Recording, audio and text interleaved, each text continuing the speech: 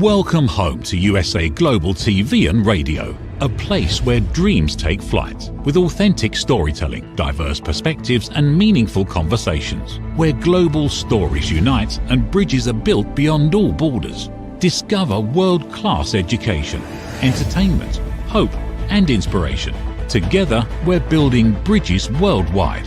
Subscribe to our channel, USA Global TV. Download our app, USA Global TV. Be our guest or join our team. Visit usaglobaltv.com. Thanks to our founder and executive producer, Dr. Jacqueline Kerbeck. Music score by Yeffy Tang from Cloud Road Music.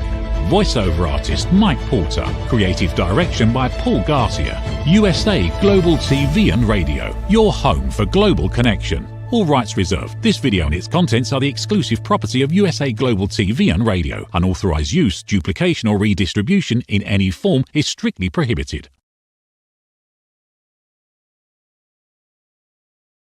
Hello and welcome to USA Global TV and Radio. My name is Caroline HEWARD and our show today is Talking Heads, and I'm an expert presenter in today's topic. Today I'm especially delighted to welcome, in partnership with E360 TV, we're bringing this Talking Heads episode to you today. And hello to all of our friends on our usual social media channels, which is Facebook, YouTube, LinkedIn and X, and a very warm welcome to all of our loyal followers and friends at E360 TV.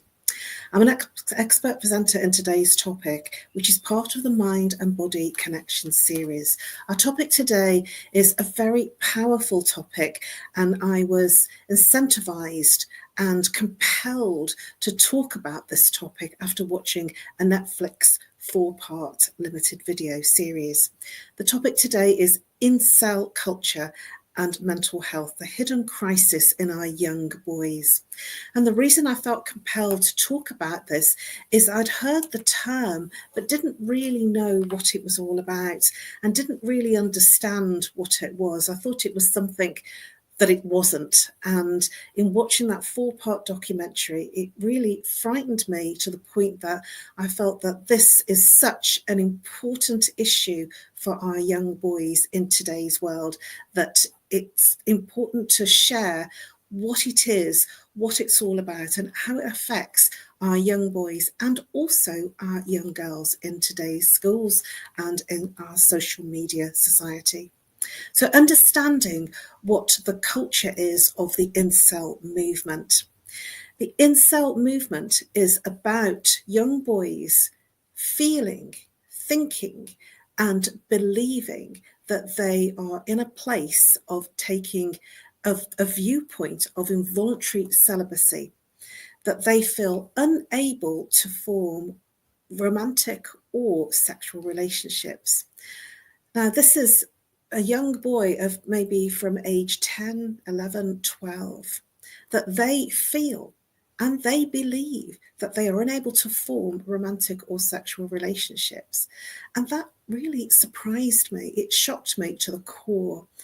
And the Netflix video, and I'm not being paid for any promotion on this particular limited series, but it made riveting viewing. It's slow, it's painfully slow, and yet riveting because it's going on.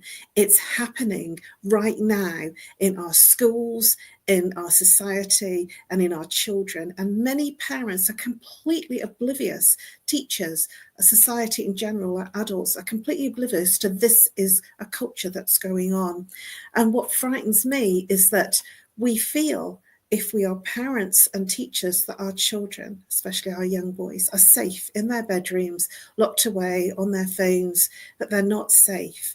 And this is an important message because it's feeling like we are developing a society of young boys that are our tomorrow's leaders, our tomorrow's husbands, our tomorrow's partners, and our tomorrow's children that are growing up and creating their own families, and what will become of our world if we don't look at this, if we don't look at what is this all about and how we can help our young boys, because it is a mental health crisis.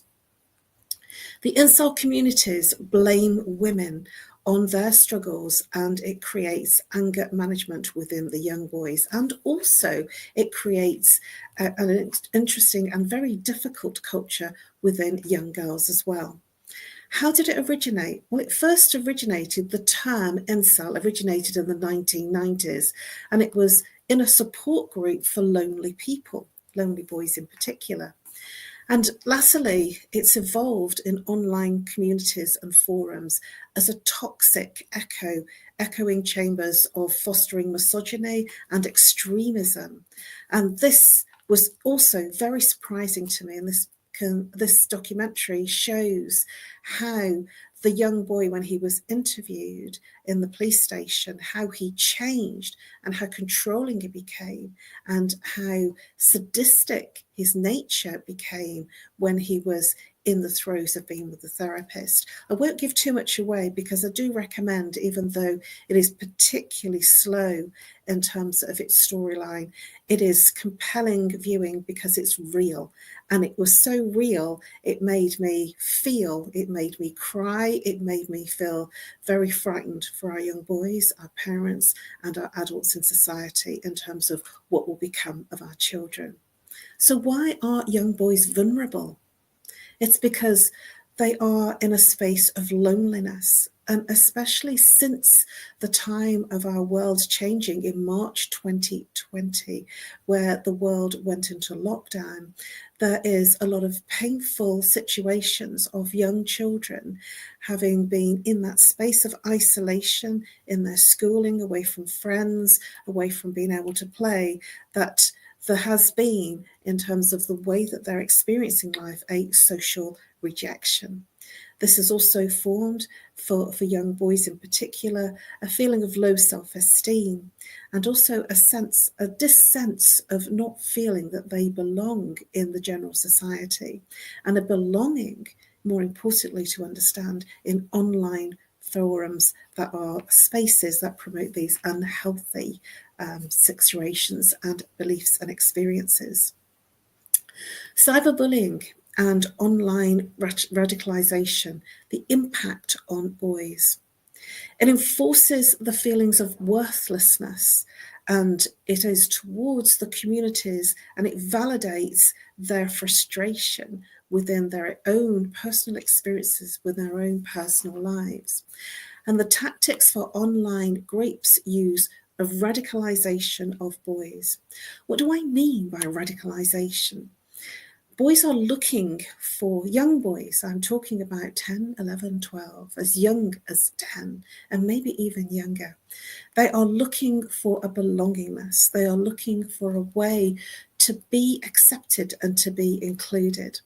But these forums in particular are radicalizing these young boys by giving them manipulative narratives, such as women only want rich and attractive men. Society is against you.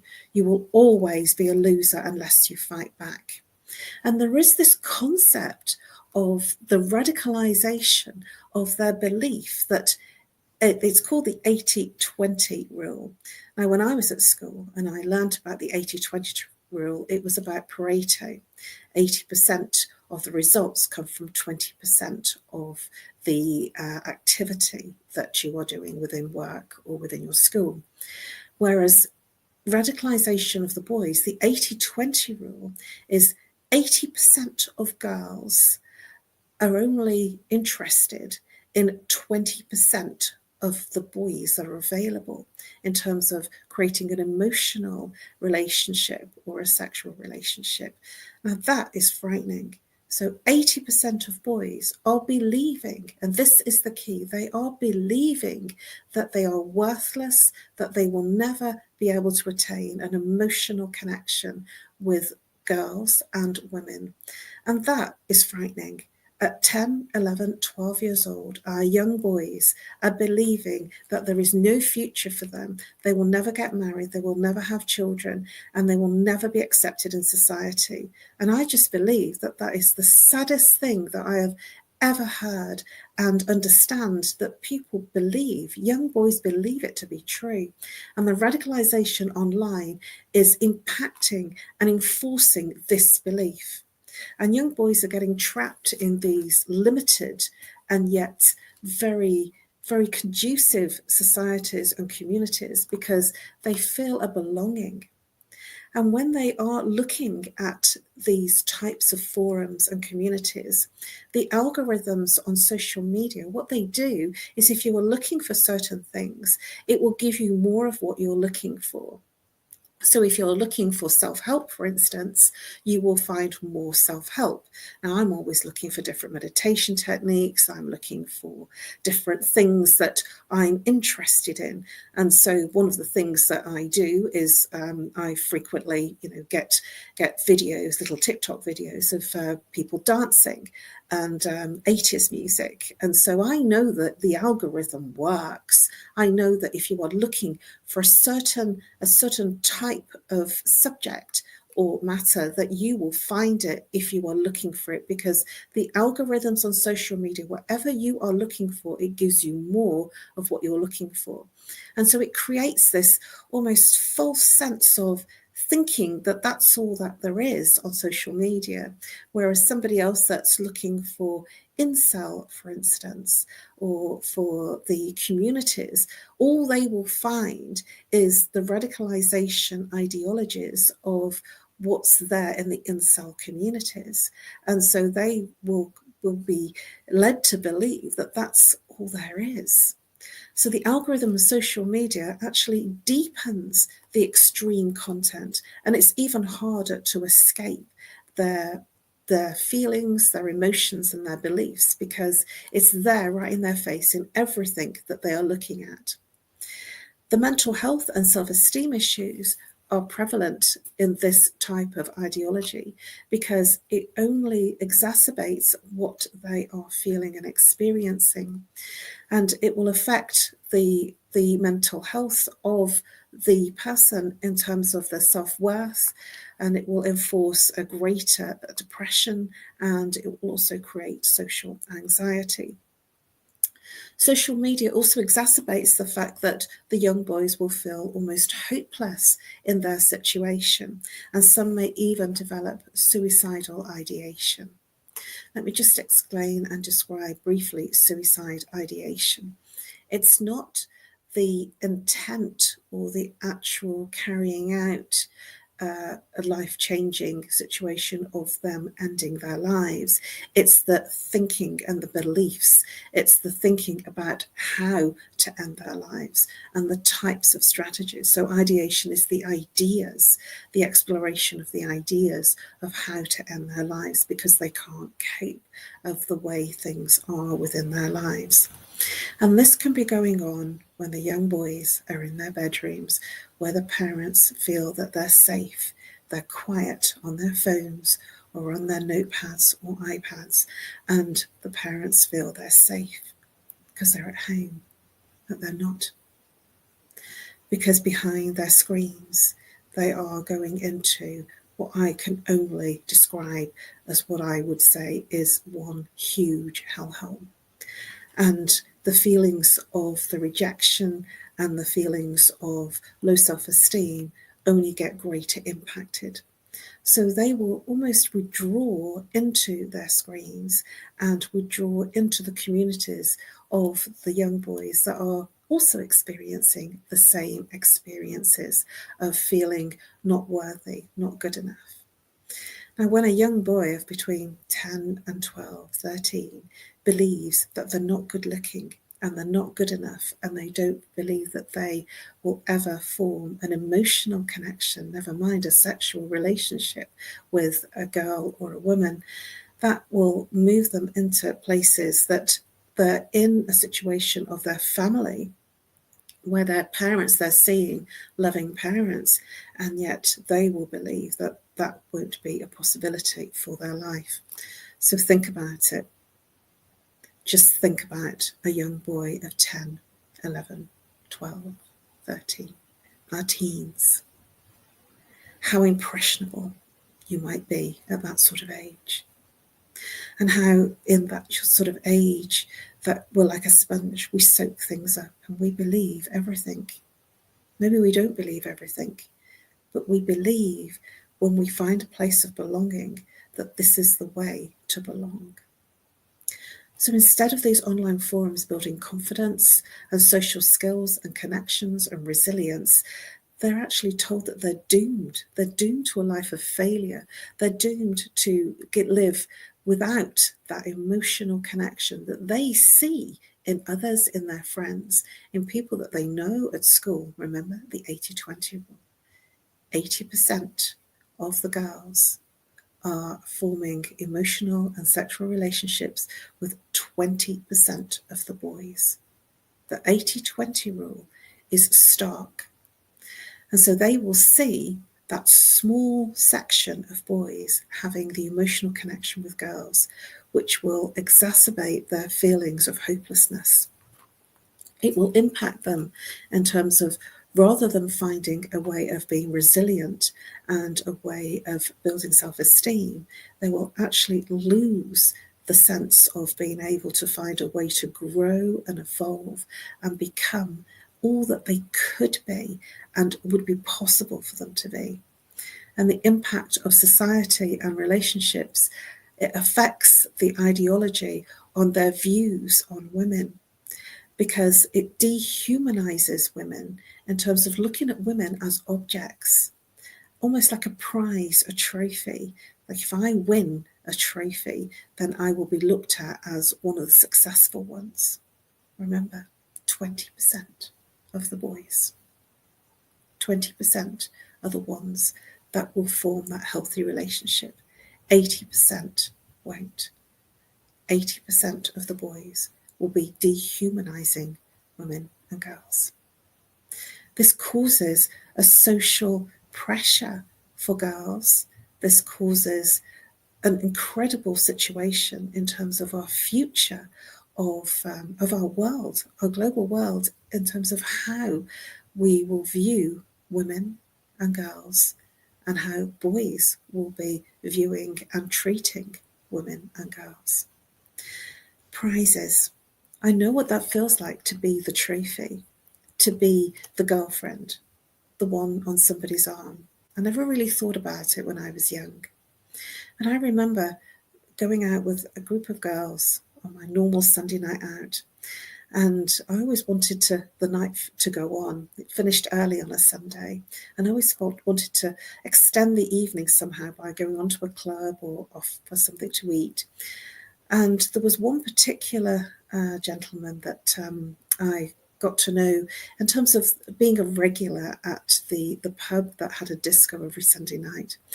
And he said, would you like to go out for dinner? He says, do you fancy a curry afterwards? And I just said, yes, of course, that would be great. And I just went and enjoyed the experience of deciding to have a curry and extend my night.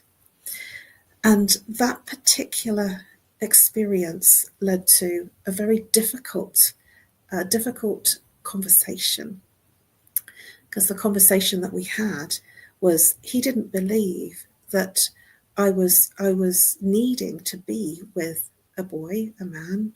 He said, you're having fun with your friends and you don't need anybody, and your type really annoy me. He did actually use stronger language than that, but I'm not going to use stronger language here. But he was very upset with me because I represented the unobtainable. And I didn't ever really see myself like that at all. And it's in the perception is in the eyes of the beholder, not the person that's being perceived. I never thought that I was really good looking, and I didn't feel that I was annoying people, in air quotes. And remember, I'm not going to say exactly what he said. He was very annoyed with me that I wasn't available to date, and that he found that he took the opportunity just to minimalize me and marginalize me. And I felt at the end of the hour that I spent with him that I wished I hadn't gone. But what I did get was an experience of an insight, an awareness of how some young men thought about women. And that was way back a very long time ago, in the mid-90s. So I'm sure that was without social media.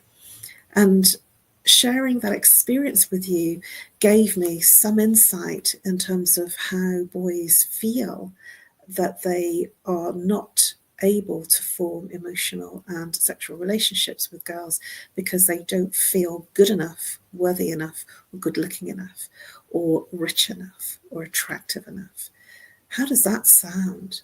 That we're basing our worldview on looks and wealth. And I feel that's quite frightening, to believe, to be that young and believe that it's all about the fact of your wealth and your looks, and if you can gain a prize, which in turn objectifies every girl and woman. Does it distort masculinity? Yes, it does. It distorts our boys' view of masculinity. They must be, they believe, hyper-masculine, muscles, showing their muscles. And if they're not muscly, they don't feel worthy. They must be dominant and wealthy. To be worthy is the belief that they have as an incel. And if they don't meet these unrealistic, because let's face it, it's very unrealistic standards, they see themselves as failures. Failures. How can that be possible? That they see themselves so young as failures. In the long term, the risks are, if it's unaddressed and undealt with, and bearing in mind this is an online situation where these young boys are being radicalised, to believe these things. If it's unaddressed, it will land up escalating to misogyny. It will land up escalating in the social media scape to criminal damage, criminal behaviour in extreme cases. As I mentioned earlier on, suicide ideation that may even turn into taking one's life, ending one's life because they don't feel able to. Now, you're probably wondering, this is quite a hard topic, but it's real. And it's happening right now in our young boys and our young girls. Because if young girls are thinking that they are the prize and they are responsible for how a young boy is feeling and feeling hopeless, this is pushing more pressure onto the girls to perform as the prize, to select.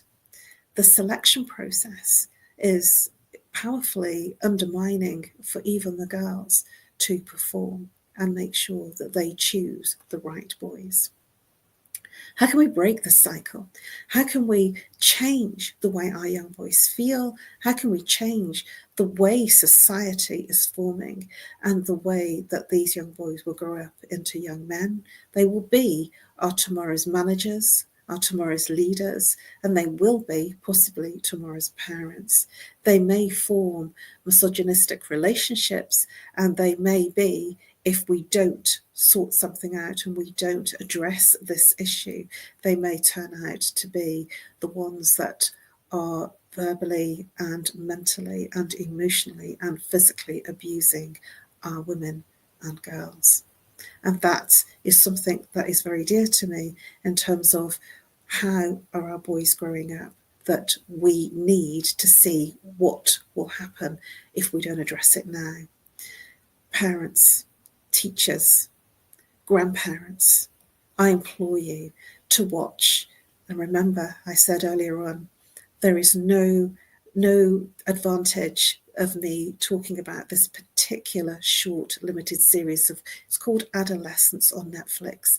I'm not getting anything for it, but I'm highly recommending that this almost gets onto the school curriculum and that all parents watch it. It's hard watching. It's really difficult watching, and watch it with your children, because this will allow a pathway for conversation. This will allow a pathway for you to find out what's going on with your child. This will allow a pathway and a way to start the conversation, because many parents and many teachers and grandparents, or if you are looking after young boys, young girls, they won't even know this is going on. This has to be on the curriculum. This has to be on the agenda, that we talk about this, that we find a way to help our young children. Because if we don't, we will find ourselves in a misogynistic and a domestic violence abuse situation as our young boys grow up. Watch for the changes in the behaviour of our young boys. Watch for the changes of them moving into isolation and being glued to the screen. What are they watching? How are they behaving to girls, to women, to the other children, to you? Are they radicalised in terms of, are they getting angry? Are they frustrated? Are they becoming moody and withdrawn? Do they have an obsession with red pill? This is a context used with the Incel ideology, red pill. And it comes from the movie The Matrix. Do you want to have the red pill or the blue pill? Now, the red pill is all about seeking truth. And so these young boys are seeking truth. And they believe, remember, believe when it breaks down is be lie. When you believe something to be true, it becomes true. So they believe these things. It's not an ideology. They believe this is their world and this is true for them.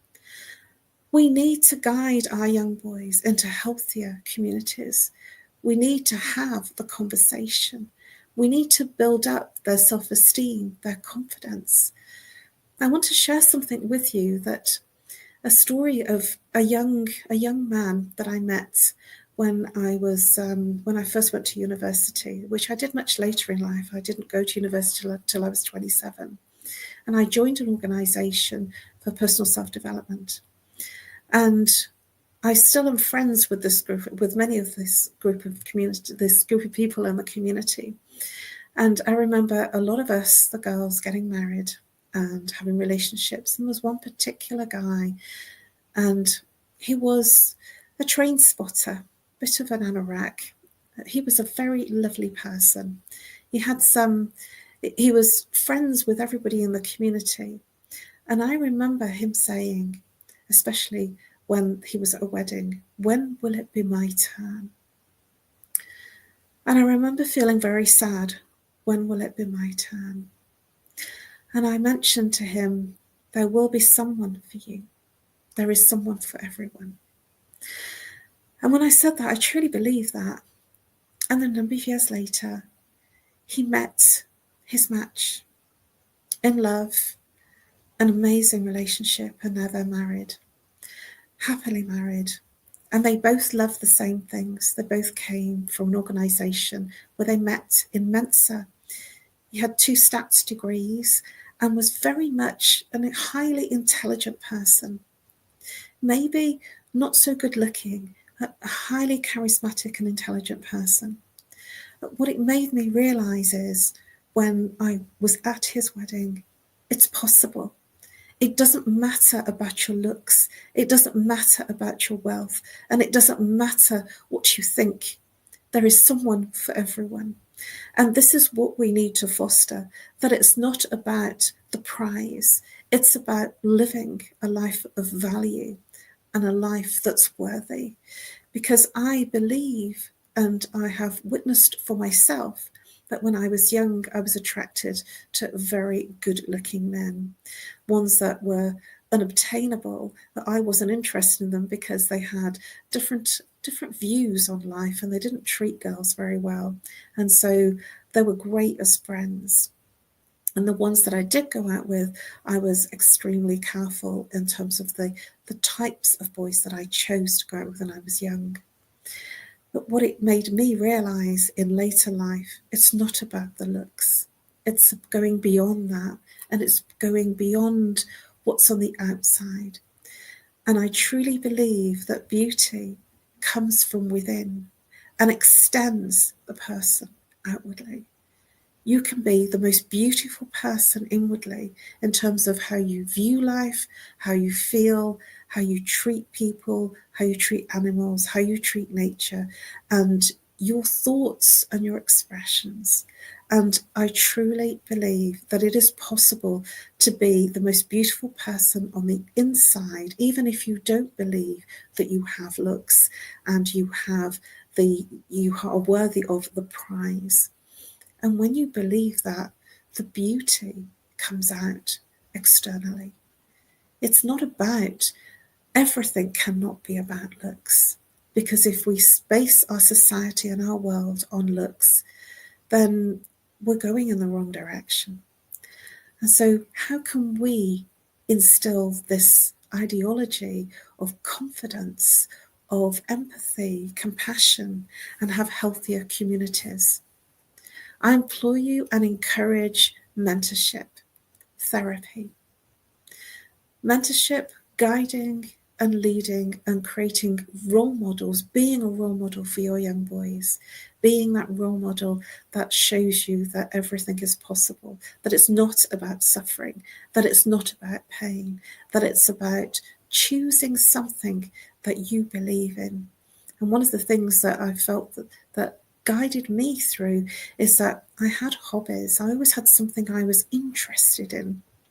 I belonged to communities that had interest that were extended further than me, that were beyond me. And from a very young age, I had interest in communities that were church-led, and I had interest in communities that were personally evolving and doing something for the greater good. And that's carried me all the way through. It's given me a set of values, and it's given me a strong inner compass to do what feels right for me rather than doing what other people think I should do or be or say or believe. And this is important, to be and feel that you can choose. You can choose life. You can choose to live. Let's build self-worth outside of dating and our online validation. Life is for living. It's not about only ever being online. I saw a post from one of the people that I'm connected with on social media today, and he said, "This is really draining. I'm exhausted. I'm taking a break from social media because I need to." And I thought that was very encouraging. And I felt that that person, who is also a good-looking young man who's doing all sorts of incredible things for the world, he's actually been on this platform. And I will mention him because I felt that it was such a compelling post. Lamberton. He's a singer, a songwriter, and really living his purpose. But even he had to take time out from social media to live, to fill his cup. And I believe that it doesn't matter how good and how great you are and how much you are doing, it is important to fill your own cup. When you're on a plane and it's heading for a crash, or there's a pressure that's changed, they always say, put your own gas mask on first before you put on the gas mask of the person that you are taking care of. Because if you don't take care of yourself, you can't take care of anybody else. Let's teach the boys how to handle rejection. Rejection is a common thing in all aspects of life, in work, in social, in play, in any way possible. We have to face rejection. If we had yes said to us for everything that we did, then we wouldn't grow and evolve into the kinds of people that we are. The Beatles were rejected many, many times. I haven't got the figure at hand, but they were rejected in terms of being the new boy band and giving the look. And they were rejected by many musical producers and companies. And finally, there was one producer that said yes. And look what happened to the Beatles. Look what happened. So take the no's. And once you get past the no's, it leaves room for the yeses. Take the no's and say, great, that's another no. Now I move on to my yes. So take the no's of a place of evolvement and a place of moving forward and growing. Kentucky Fried Chicken. He believed in his recipe, and I think he was 70. And Mr. Kentucky Fried Chicken, he went round and they just felt that he was too old. and look at what happened when somebody said yes. Somebody said yes, and look at what changed in the world. Not that I agree with junk food, but if he didn't take the no on the chin and move forward for a yes, what has happened in terms of his life and what he evolved as a person in would never have happened. So take a no as it's part of life. We won't be able to get yes to everything. That sometimes our no's give us a space to evolve. It gives us a space to grow, and it gives us a space to look at what we could do better or change in our education, in society, in our work. If I took the very first job that was offered to me, I wouldn't have evolved the way that I have. If I'd have said yes to everything, I would have been exhausted by saying yes to everything. So I had to find a place of saying no. Let's prevent these toxic spaces. Social media can actually have stricter content and have more moderation, limiting the extreme content and recommending and flagging, yes, flagging harmful discussions to prevent radicalization. My final thoughts on incel culture. It isn't just an online trend. It's a mental health crisis. The solution isn't shame. It isn't to be punishing. It's to give guidance for education, for emotional support, and to help young boys find a confidence in themselves. It is a way forward to find healthier ways. Thank you for listening. That has been an incredible and a difficult subject for me to cover. The Netflix documentary made me realise that we have to do something. It has to be on the agenda. It has to be an adult conversation. It has to move to places like Parliament to debate and discuss and to find ways of looking after, of taking care of our young boys. Incel culture and the mental health crisis, the hidden crisis in our young boys. Let's make a change, and let's do it now. And let's find a way to help our young boys turn into wonderful, healthy, and very confident young men to be our tomorrow's leaders. Thank you for listening. It has been my absolute pleasure and honour to discuss this particular topic. I haven't had and given you all the answers. I felt today it was an education to understand, to learn, and to find a way. If it's on the topic, on the top of the agenda, then this topic will reach places that it needs to reach, and so that we can help our young children. Please subscribe to USA Global TV and Radio. We have 2 channels that you can subscribe to.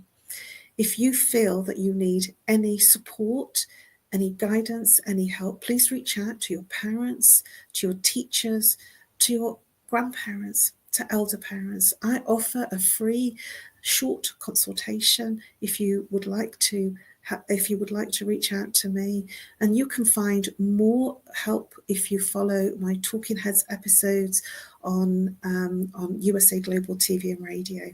Please reach out to me on nomorestress@live.co.uk or call me. I'm very approachable by phone. If you're international, +44. If you're local, 07523 120 189.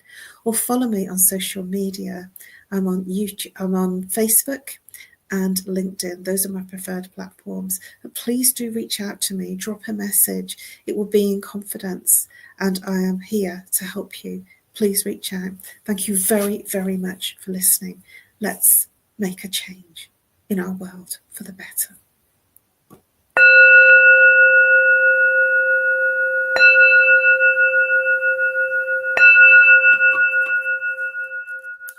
Namaste.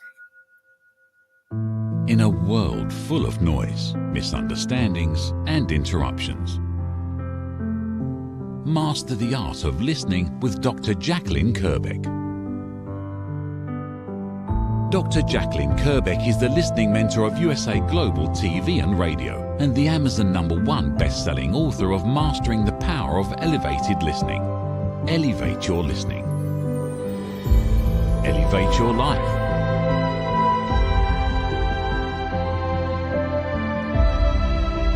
Join a global learning experience in person or via Zoom. Reserve your spot today. usaglobaltv.com/book-your-session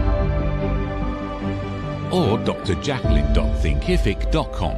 Join Dr. Kerbeck's listening courses or hire her to unlock deeper connections and authentic conversations. USA Global TV and Radio proudly presents Steve Klein Art at steveklein.art. My name is Steve Klein, born Manchester, England, 1953. My quest in my lifetime is to create artwork from my soul and the deepness within my wildest dreams and fantasies.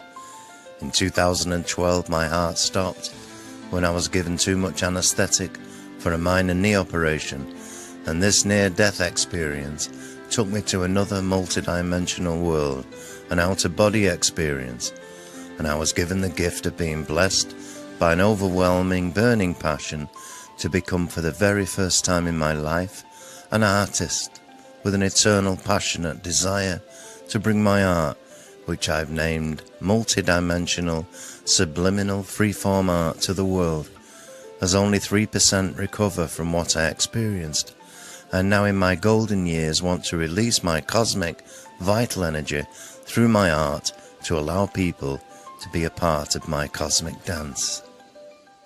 To learn more, email roccogoodwine@gmail.com. For VIP pricing, mention USA Global TV and Radio.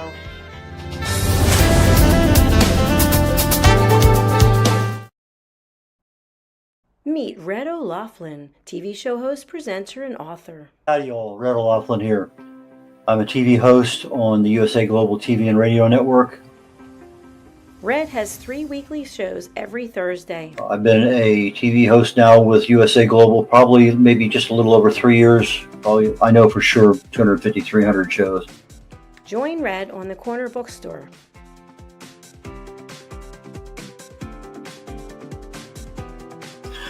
The Corner Bookstore is one where we talk to authors, publicists, publishers, editors, cover designers, anybody associated with the writing and authoring book production business. You have somebody in that area, I can help you with regard to getting your book done, getting it published, working with you on a cover.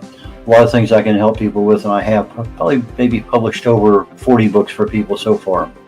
Join Red on The Wise Ones.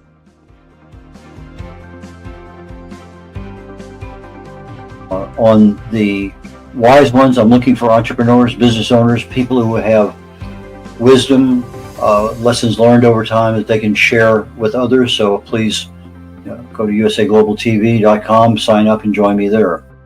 Book your session on usaglobaltv.com. Join Red on Talking Heads.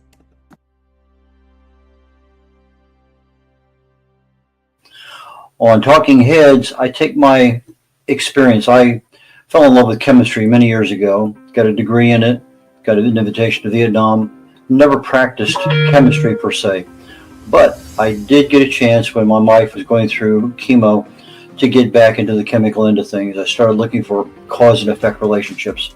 I had been working at a company doing cause and effect analysis on failures in the field on various products that we made. So I said, why not look at the cellular structure in the body? The chemicals are chemicals, they do certain things. So I take my knowledge of chemistry and research, I write about it, I speak about it. I have over 1,000 original content articles on LinkedIn, most of them dealing with some aspect of health or wellness. I speak on that topic quite often, and the Talking Head show is one that I concentrate my knowledge of health and wellness on in order to help people. Red is a distinguished Toastmaster. As a distinguished Toastmaster, I help people get their speeches developed. The presentation is something that I critique all the time with Toastmasters. It's one of those skills that I have. I can easily help you on that one. So from a position of writing, publishing, book coach, speaking, and being a keynote speaker at an event or virtually, depending on how things work out. But those are the things that I can help people with. And I have 3 shows every week here on the USA Global TV and Network. And please join me when you can. Appreciate it. Bye now. Here are some of the books that Red has written and published. Contact Red at redolaflin.com. What if one simple skill could change the way you connect with the world? What if listening could open doors to deeper relationships, stronger businesses, and a better you? Dr. Jacqueline Kerbeck, the Listening Mentor, brings you USA Global TV and Radio, a space where voices are heard, ideas are shared, and global communities thrive. Through the elevated listeners' courses and books, you'll master the power of listening, set boundaries with confidence, and transform conversations into opportunities. Join us. Listen, learn, elevate.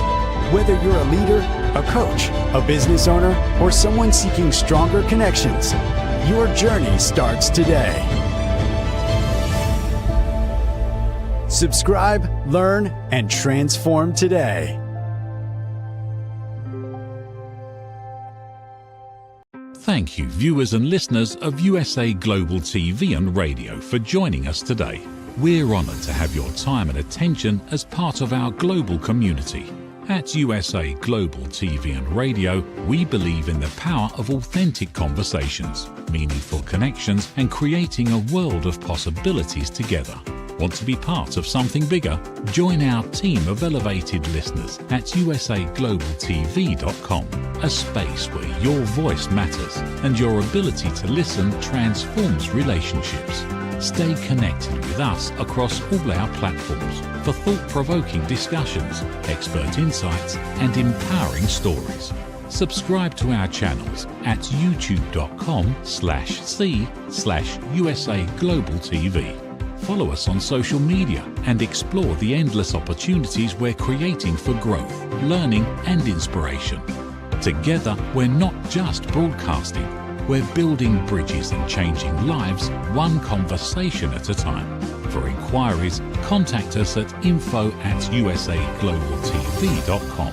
Music by Johnny Dyes. Produced by Executive Producer and Director Dr. Jacqueline Kerbeck. Voiceover by Mike Porter. Creative Direction by Paul Garcia. All rights reserved. Copyright 2025. Visit usaglobaltv.com to view our full terms and conditions.